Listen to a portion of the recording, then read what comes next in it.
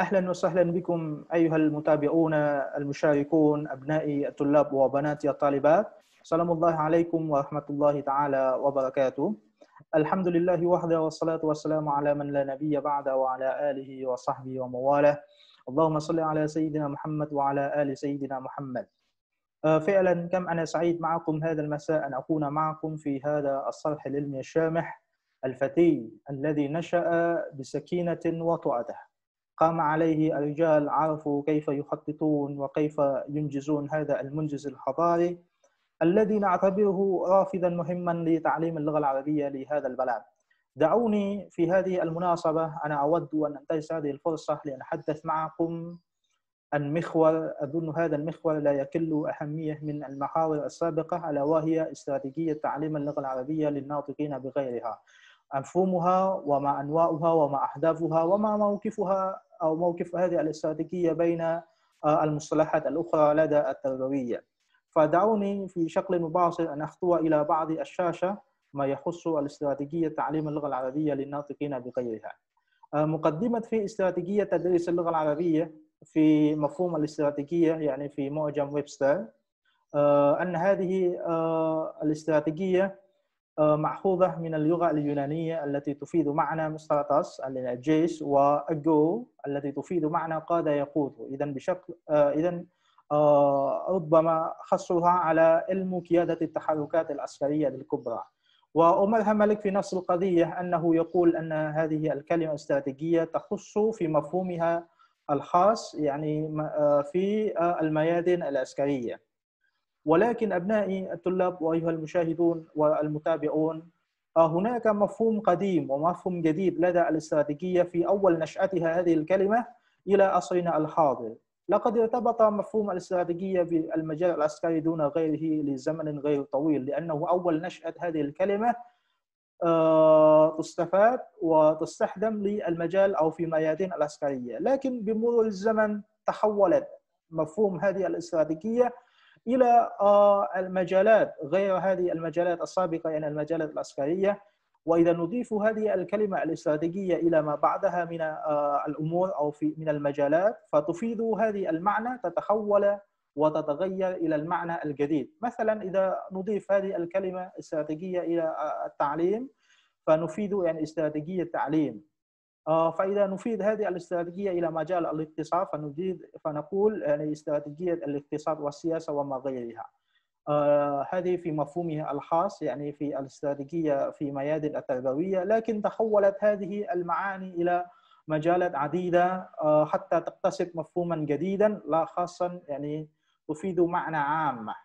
لذلك معجم ويبستر في عام 1993 هو في تقول تجددت تعريفات الاستراتيجية بمرور الزمن إلى مفهوم أنها خطة أو طريقة دقيقة فن أدوات أو تطبيقات الخطط. هذا 1963. أما في البداية يعني 1886 يعني تحولت مفهوم الاستراتيجية بمفهومها الخاصة إلى مفهومها العام، حيث إذا نضيف هذه الكلمة الاستراتيجية إلى ما بعدها من الكلمة فإنه تفيد معنى جديد تتصل بالكلمة بعدها.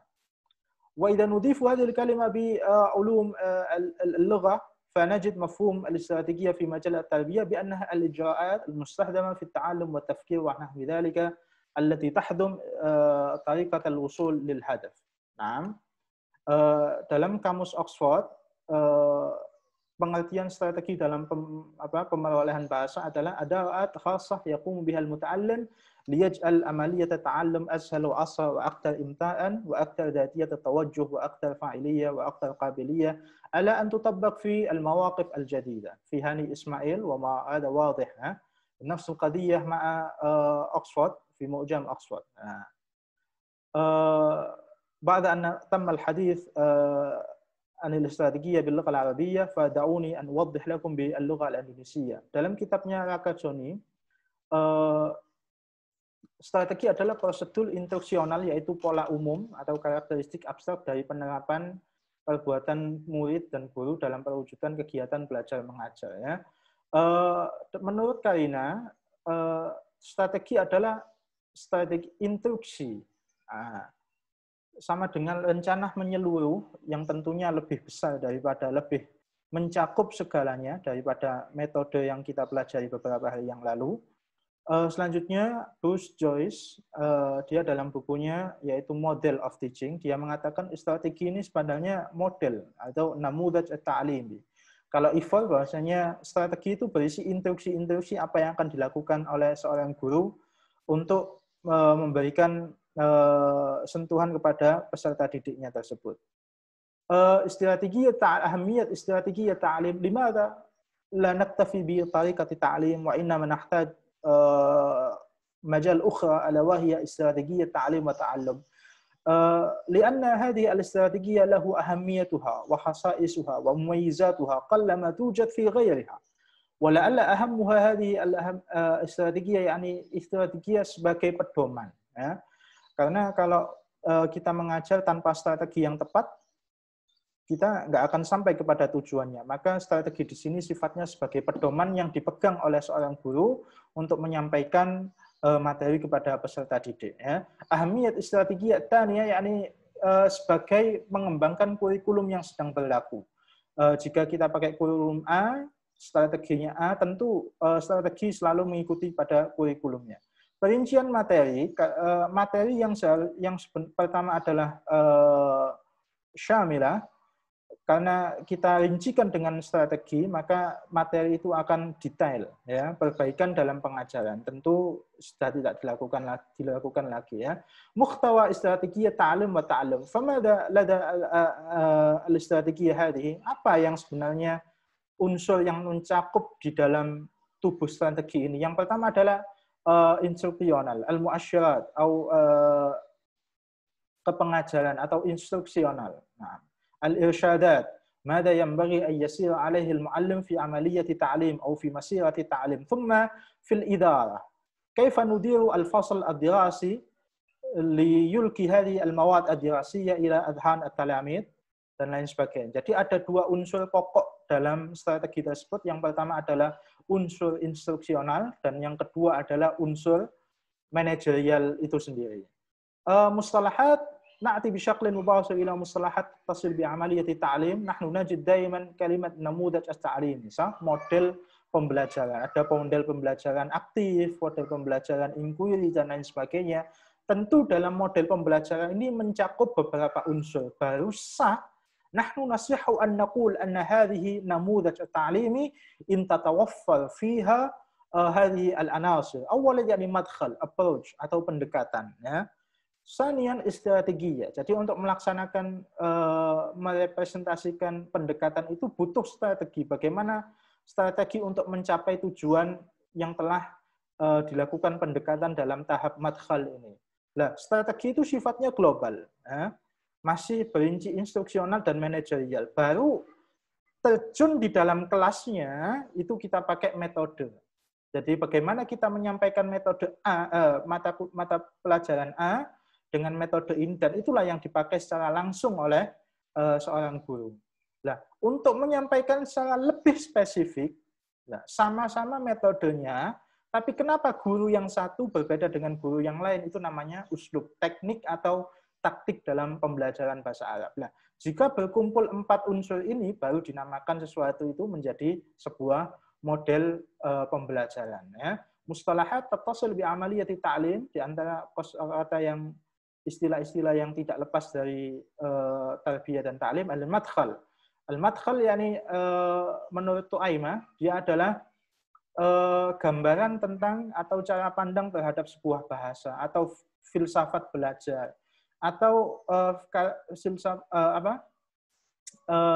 gambaran tentang bagaimana peserta didik dan seorang guru tersebut. Artinya madkhal ini sebuah pendekatan asumsi, ya. Bagaimana cara Anda memandang bahasa itu, bagaimana cara Anda memandang konsep pembelajaran itu. Nah, itu didekati. Mathalan, idza nurid an naqul mathalan al-madkhal yuqul anna al-lughah hiya al-kalam.